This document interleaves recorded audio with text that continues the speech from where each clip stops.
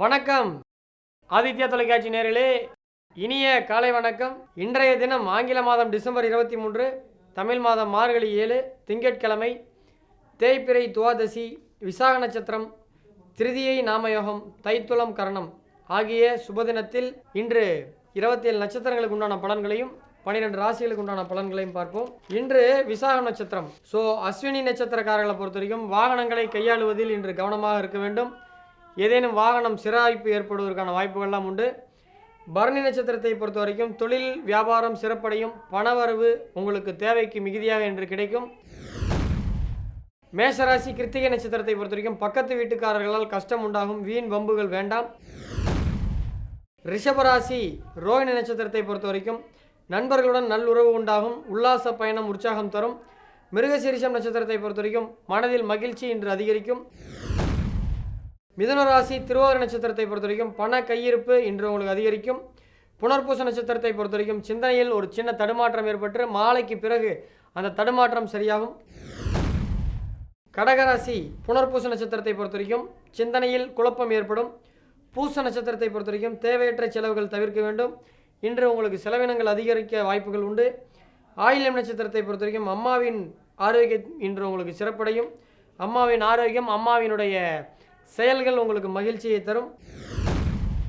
சிம்மராசி மகம் நட்சத்திரத்தை பொறுத்த வரைக்கும் அண்டை அயலார் பிரச்சனையை தவிர்க்க வேண்டும். பூரம் நட்சத்திரத்தை பொறுத்த வரைக்கும் செல்வ சேர்க்கை உங்களுக்கு இன்று அதிகரிக்கும். கன்னியாராசி உத்திர நட்சத்திரத்தை பொறுத்த வரைக்கும் கோபத்தை இன்று தவிர்க்க வேண்டும். உங்களுக்கு அளவுக்கு மீறிய கோபம் இன்று உற்பத்தியாகும். அஸ்த நட்சத்திரத்தை பொறுத்த வரைக்கும் ஆடம்பர பொருட்கள் சேர்க்கை அதிகரிக்கும். சித்திரை நட்சத்திரத்தை பொறுத்த வரைக்கும் யாரிடமும் இன்று பிரச்சனை வேண்டாம். துலாம் ராசி சோதி நட்சத்திரத்தை பொறுத்த வரைக்கும் இன்று தனவரவு உங்களுக்கு அதிகரிக்கும், சேமிப்பும் கூடும். விசாகம் நட்சத்திரத்தை பொறுத்தவரை தேவையற்ற சஞ்சலத்தை தவிர்க்க வேண்டும்.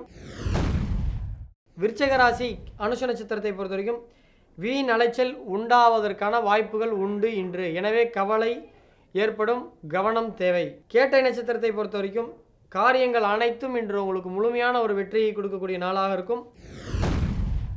தனுசு ராசி மூல நட்சத்திரத்தை பொறுத்த வரைக்கும் எல்லா விஷயங்களிலும் இன்று நீங்கள் கவனமாக இருக்க வேண்டும். எடுக்கின்ற முயற்சி உங்களுக்கு வெற்றியை தரும். பூரணம் நட்சத்திரத்தை பொறுத்த வரைக்கும் முயற்சிகள் உங்களுக்கு வெற்றியடையும். உத்திராட நட்சத்திரத்தை பொறுத்த வரைக்கும் பெரியவர்களுடன் சண்டை சச்சரவுகள்லாம் உங்களுக்கு வேண்டாம். அதன் மூலமாக உங்களுக்கு தொந்தரவுகள்லாம் ஏற்படுவதற்கான வாய்ப்புகள் உண்டு. மகர ராசி திருவோண நட்சத்திரத்தை பொறுத்த வரைக்கும் தொழில் உங்களுக்கு சிறப்படையும், புதிய முதலீடுகள் லாபத்தை தரும். அவிட்ட நட்சத்திரத்தை பொறுத்த வரைக்கும் ஆன்மீகத்தில் நாட்டம் அதிகரிக்கும். மகர ராசி அவிட்ட நட்சத்திரமும் சரி திருவோணமும் சரி இன்று ஆன்மீக சிந்தனைகள் உண்டாகும். கும்பராசி சதய நட்சத்திரத்தை பொறுத்த வரைக்கும் பூர்வீக சொத்துக்கள், பழைய நீண்ட நாட்களாக விற்காத பொருட்கள் உங்களுக்கு விற்பனையாகும். பூரட்டாதி நட்சத்திரத்தை பொறுத்த வரைக்கும் கோபத்தை எரிச்சலையும் இன்று தவிர்க்க வேண்டும். மீனராசி உத்திரட்டாதியை பொறுத்த வரைக்கும் போக்குவரத்தில் கவனம் தேவை. ரேவதி நட்சத்திரத்தை பொறுத்த வரைக்கும் உறவினர்களின் மூலமாக உங்களுக்கு உதவிகள் கிடைக்கும். நண்பர்களே, இன்றைய 27 நட்சத்திரம் உண்டான பலன்களையும் பார்ப்போம். இன்றைய தினத்தின் சிறப்பை பார்ப்போம். இன்று தேய்பிறை துவாதசி. இன்று சந்திரமானபடி கார்த்திகை மாதத்தின் 27ஆம் நாள். இன்று துவாதசியின் தேவதனியான விஷ்ணு பகவானை மாலை வேளையில் துளசி மாலை சேவித்து வழிபடுவது சிறப்பு. உங்களுடைய தீராத கடன்கள் தீரும் என்பது பஞ்சாங்க விதி. விசாக நட்சத்திரம் கூடிய துவாதசியில் என்னெல்லாம் செய்யலாம் என்று பார்க்கும் பொழுது, இன்று குழந்தை பேறு முயற்சி செய்கின்ற புதுமண தம்பதிகளும் 2ஆம் குழந்தைக்கு முயற்சி செய்கின்ற தம்பதிகளும் இன்று குழந்தை முயற்சி செய்தால் குழந்தை கருத்தங்க வாய்ப்புகள் உண்டு. கோடியுடுத்த கிணறு சீர் செய்ய, ஆலய பணிகள் சீர் செய்ய இன்று நல்ல நாள். அதே போல் துவாதசியில் தனம் தானியங்கள் வாங்குவதற்கு நல்ல நாள். சுப செலவுகள் தர்ம காரியங்கள் நீங்கள் செய்வது நீடித்த பலனை தரும், சுகத்தை தரும். அதே போல் இன்றைய தினம் நீங்கள் பெருமாளை சேவிப்பது மிகுந்த நல்லது. நண்பர்களே, 27 நட்சத்திரங்களுக்கு உண்டான பலன்களையும் பார்த்தோம். இன்றைய தினத்தின் சிறப்பை பார்த்தோம். இன்று என்ன செய்யலாம் என்பதை பார்த்தோம். தொடர்ந்து இன்றைய நட்சத்திர கணக்கு நிகழ்ச்சியின் கேள்விக்கு ஒரு பதில், கேள்விக்கு நல்ல பதில் என்கின்ற தொகுப்பை பார்ப்போம். நேயர்களே, இன்றைய முதல் கேள்வியாளர் பெயர் ராகஸ்ரீ ராகவன். இவருடைய பிறந்த தேதி 27 அக்டோபர் 1996, காலை 8:05. Birth place Dombivli west, Maharashtra. Andheri பக்கத்தில் அவர் பிறந்திருக்காரு. நமது நிகழ்ச்சி மகாராஷ்டிராவிலும் சிறப்பாக பார்த்து கொண்டிருக்கிறார்கள் போல், ரொம்ப மகிழ்ச்சி அளிக்கிறது. Questions for miss Ragashree Raghavan. இவங்க என்ன எழுதியிருக்காங்கன்னா, I am currently working in Pune but struggle to get a job in Mumbai as my parents stay in Mumbai.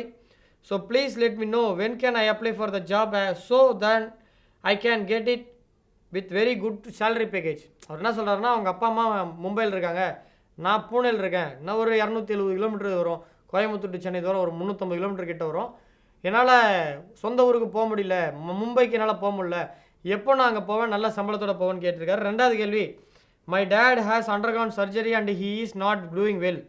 I am scared on his health. When will he recovered and is there is any serious about health.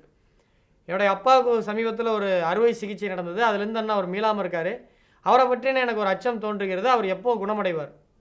So ஒரு ஜாதகத்தில் அவங்கள பற்றி தான் வரும், அவங்க அப்பாவை பற்றிலாம் வராது. தாய்க்கு தலைமகன், தந்தைக்கு கடைமகன். தாயினுடைய தலைமகனை வச்சு குழந்தை, அது தலைமகனாக இருந்தாலும் மகளாக இருந்தாலும் குழந்தைய வச்சு தாயினுடைய அத்திம காலம்னு சொல்லக்கூடிய மரண காலத்தை தான் கண்டுபிடிக்க முடியும். தந்தையினுடைய மத்தியம காலத்தை இரண்டாவது பிறந்த குழந்தைய வச்சு கண்டுபிடிக்க முடியும். நாங்கள்லாம் ரெண்டுமே கிடையாது, ஒன்று தான் அப்படின்னா அந்த ஒரு குழந்தைய வச்சு அனுமானமாக சொல்ல வேண்டியது தான். ஸோ அதை தான் சொல்ல முடியுமே தவிர அவருடைய ஜாதகத்தில் இருந்தால் தான் அவருடைய எப்படி ப்ராப்ளம் இருக்குன்னு வரும். பட் உங்கள் ஜாதகத்தை படி பார்க்கும் பொழுது உங்கள் அப்பாவுக்கு இப்போ எதுவும் அச்சம் எதுவும் கிடையாது. ஆகஸ்ட் மாதம் 25ஆம் தேதி தாண்டிட்டால் உங்கள் அப்பாவுக்கு எந்த விதமான ப்ராப்ளமும் கிடையாது கோச்சாரப்படி. ஸோ கேள்விக்கு ஆன்சர் சொல்லலாம்.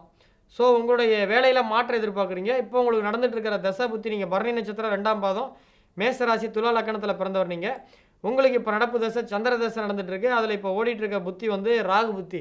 ஸோ இந்த ராகு புத்தி 2020 செப்டம்பர் வரை இருக்குது.